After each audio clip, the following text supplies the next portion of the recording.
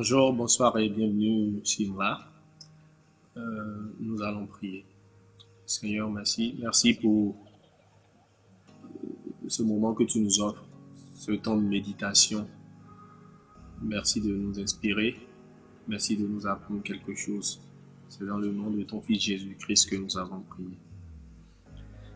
Aujourd'hui, nous allons parler des promesses qui consolent. Et les promesses qui consolent, pour aborder ce thème, nous allons lire dans les psaumes 119, verset 50. La Bible dit ceci: ta promesse me fait vivre, voilà ce qui me console dans mon malheur. Ta promesse me fait vivre, voilà ce qui me console dans mon malheur. Et quand nous allons dans le livre des Nombres, chapitre 23, verset 19, la Bible dit ceci: Dieu n'est pas un homme, il ne ment pas, il n'est pas un être humain. Il ne change pas d'avis. Quand il dit quelque chose, il le réalise. Quand il a fait une promesse, il la tient. Dieu n'est donc pas un menteur, c'est évident. Et les promesses de Dieu sont les seules qui ne changent pas. Dieu ne change pas d'avis. Quand il a promis quelque chose, il va toujours réaliser cette chose-là. Le Seigneur ne change pas d'avis. C'est quelque chose d'extraordinaire.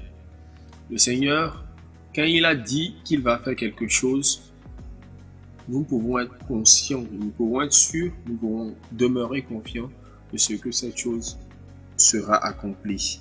Et quand nous sommes dans le malheur, nous devons savoir que le Seigneur a promis de nous consoler, qu'il a promis de nous aider à trouver une solution à cette difficulté du moment. Et c'est pour ça que ce malheur-là, nous pouvons nous pouvons la changer, nous pouvons muer ce moment de tristesse en un moment de joie, parce qu'en un moment d'assurance et en un moment d'espérance pour le lendemain, pour des lendemains meilleurs. Quand nous lisons dans Romains au chapitre 12, le verset 12, la Bible dit: soyez dans la joie à cause de votre espérance. Restez patient dans le malheur, continuez à prier fidèlement. Restez patient dans le malheur, continuez à prier fidèlement. Celui qui sait que ce qu'il attend est une chose glorieuse, est une chose merveilleuse, ne peut pas passer le temps à se morfondre. Il ne peut pas passer le temps à pleurer. Il ne peut pas passer le temps à accuser les autres. Il ne peut pas passer le temps à accuser Dieu. Il doit plutôt passer ce temps à se rapprocher de Dieu. Il doit saisir cette occasion pour louer le Seigneur. Il doit changer ses plaintes et ses larmes en louange, en prière. Dans Ésaïe 63, verset 7, la Bible dit: je veux rappeler les bienfaits du Seigneur, les raisons de chanter sa louange, tout ce que le Seigneur a fait pour nous, sa grande bonté pour le peuple d'Israël, tout ce qu'il a fait par amour et ses nombreux bienfaits. Est-ce que nous savons compter les bienfaits de Dieu? Est-ce que nous savons nous appuyer sur tout ce qu'il y a autour de nous? Est-ce que nous savons regarder dans le rétroviseur pour regarder tout ce par quoi nous sommes passés et ce de quoi Dieu nous a sortis? C'est quelque chose que nous devons travailler. On a souvent plus de raisons de rendre grâce que de nous plaindre. Et ces raisons peuvent paraître infimes à nos yeux, mais elles sont pour la plupart du temps sine qua non, elles sont pour la plupart du temps des raisons fondamentales, des raisons formidables. Nous prenons par exemple le souffle de vie, cette chose qui nous paraît très infime mais qui nous maintient en vie. Prenons le repas de tous les jours que beaucoup de gens n'ont pas, que nous avons. Prenons ce petit boulot que nous avons réussi à décrocher, que beaucoup de gens sont en train de chercher.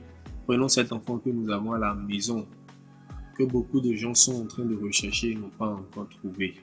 Nous avons beaucoup de raisons de nous réjouir. Et ces raisons, ces bienfaits de Dieu dans notre vie doivent nous donner l'assurance de ce que les problèmes de l'instant ont déjà des solutions. Parce que Dieu a promis d'être à nos côtés. Et ces promesses de Dieu doivent nous consoler dans nos malheurs du moment. Merci de m'avoir suivi.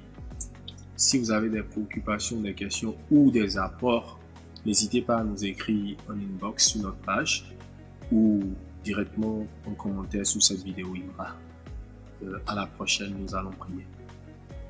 Merci Seigneur parce que tes promesses nous consolent, parce que tu ne nous abandonnes pas dans nos difficultés, parce que tu as déjà fait tellement de choses que nous savons que tu es un Dieu qui est aux côtés de ses enfants et qui ne les abandonne pas dans le mal. Merci de bénir quelqu'un avec cette vidéo et merci de toucher un cœur. Merci de rétablir une situation compliquée. Merci de consoler quelqu'un qui est dans une profonde tristesse. C'est dans le nom de ton Fils Jésus-Christ que nous avons prié. Amen.